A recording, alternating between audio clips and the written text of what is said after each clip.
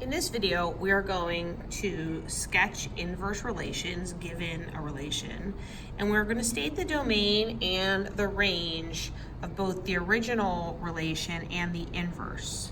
And after that, we're going to take a look at what reflection from honors geometry would help us describe this relationship.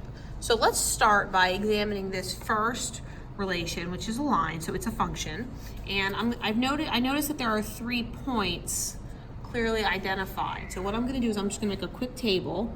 I've got the point negative 2, 2. This is my function. I've got negative 2, 2. I've got negative 1, 4. And I've got 0, 6. And once I have that, I can graph the inverse. And the inverse, I'm just going to graph the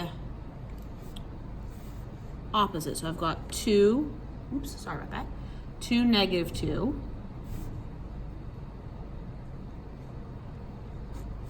I've got 4, negative 1, and 6, 0. 4, negative 1, and 6, 0. And here's my line. Okay, so domain and range. Well, I see that the original function has a domain of all real numbers, meaning that from left to right, this graph covers like every single x value has a y value. If I go to negative 7, it's got a y value. If I were to go to 6 and I would go up all the way up here somewhere, it would also have a y value. So I write that domain as all real numbers. Another way you can write that is you just write out in words, all real numbers. And for those of you who are wondering how I made that symbol so quick, it's kind of like the paragraph symbol. It goes like line, line, and then you kind of just R it. Okay, that's the all real number symbol. So when I look at the range, the y values that this line covers, it also has a range of all real numbers, because if I go to any number here, like if I go to 1, I have a value. If I go to 3, I have a value. If I go to 5, I have a value. Every single number on the y-axis, I can find a point at that value. Now, when I look at the inverse function, the inverse also has a domain of all real numbers, because again, 0 has a value. Even over here at negative 5, if I were to continue the line, it would have a value. Same thing for range. If I look at any of these y values, I can find a point. So the domain and the range for both is all real numbers. Now, when I look at the next one, I am given a parabola. A parabola is a function. So this original function, I'm going to again write down some points in blue. I have a point at 0, 3. I have a point at negative 1, 4. And I have a point at 1, 4.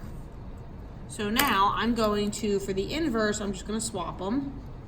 3, 0, 4, negative 1, 4, 1. So here we go. 3, 0.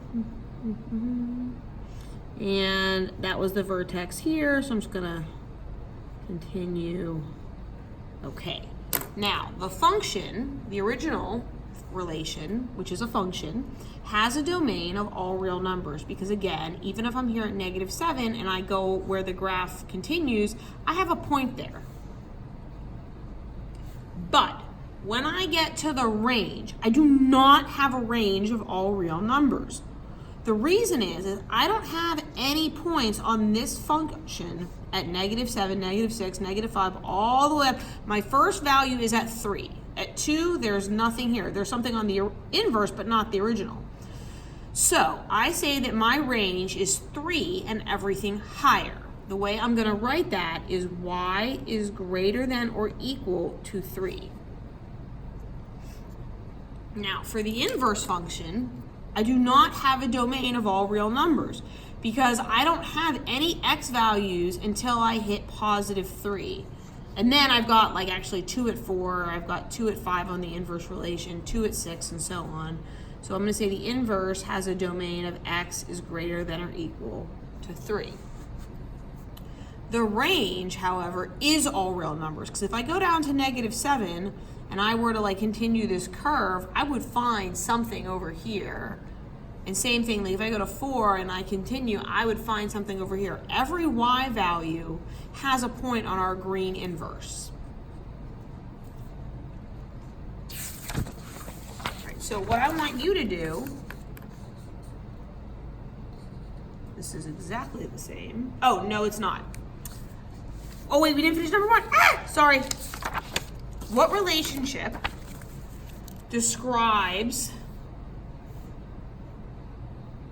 what reflection from honors geometry describes the relationship between the function and its inverse? Well, this one's kind of hard to see. Maybe if I continue the line a little bit more, and then I'm going to kind of help you out. I'm going to give you a little hint. I'm going to put a little dotted line here. And here.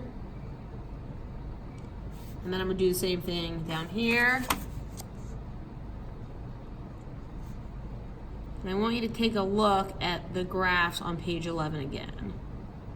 What reflection from honors geometry describes the relationship between the original relation and the inverse relation?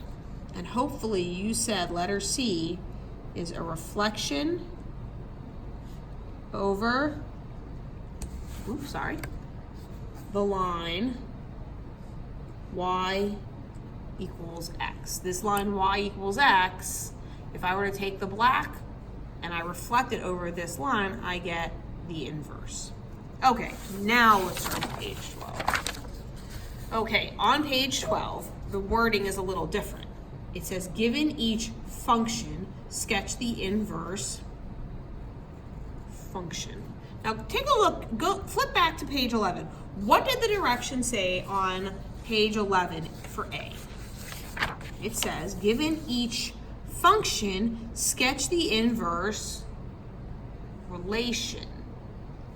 So, these graphs kind of look the same, don't they? I mean, like, line looks the same, parabola looks the same, but now I'm asked to sketch the inverse function. So let's kind of grab that inverse relation from the first graph. So I've got 6, I've got 4, -1, and I've got there we go. So here is my question. Is this green line a function? Yes, it passes the vertical line test. It is a function. Domain and range stay the same. Now I want you to notice that I'm going to grab a pencil for this next one. Now I want you to recopy your answer. Oh, that's the bell in the video, not the real bell. All right, I'm going to recopy this here, and I'm going to, so here was the inverse function. I had the points from the previous page. Now here is my question. Is this a function? Oops, sorry. Is this a function?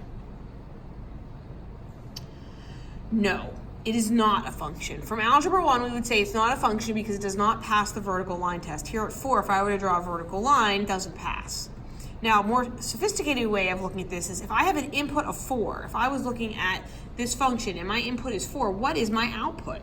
And the answer is, well, there's confusion because I have 1 here at 1 and I have 1 here at -1. So if I want to have the inverse function, I have to do something to this relation to make it a function.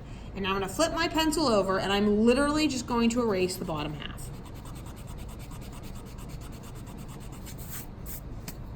Now, I kept the point made from the vertex, which we call an endpoint now here, 0, 3, 3, 0, and I'm going to keep this half. And the reason I'm going to keep this half is it came from the positive side here. The 1, 4 became 4, 1. So the original function has a domain of all real numbers and a range of y is greater than or equal to 3. The inverse still has a domain of x is greater than or equal to 3. But now the range is different. Look at the y values. What's the y value? The lowest y value we have. What's right here? What's the y value? 0. So we're going to say y is greater than or equal to 0. All right. So hopefully that caught you up if you were at the assembly, and we will continue tomorrow.